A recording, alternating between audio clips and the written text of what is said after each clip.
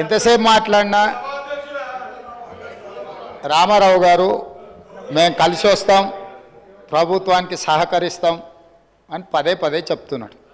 నేను వారికి ఒకటే సూచన చేస్తున్నా, మీరు కలిసి వస్తారా లేదా అనేది, అన్నం ఉడికిందా లేదా అనేది ఒక మెతుకుని బట్టి చూస్తే తెలుస్తుంది.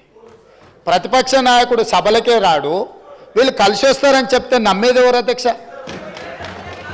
నేను అందుకే వారికి సూచన చేస్తున్నా, వెనకాల ఉండే అక్కలు ఇక్కడ ఉండి చెప్పి ఇక్కడ ముంచి అక్కడికి తేలినరు.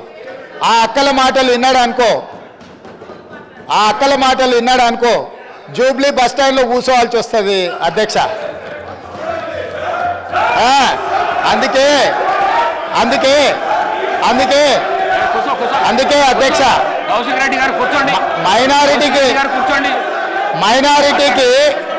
మైనారిటీకి మంత్రి లేదన్నాడు. 2014 నుంచి 2019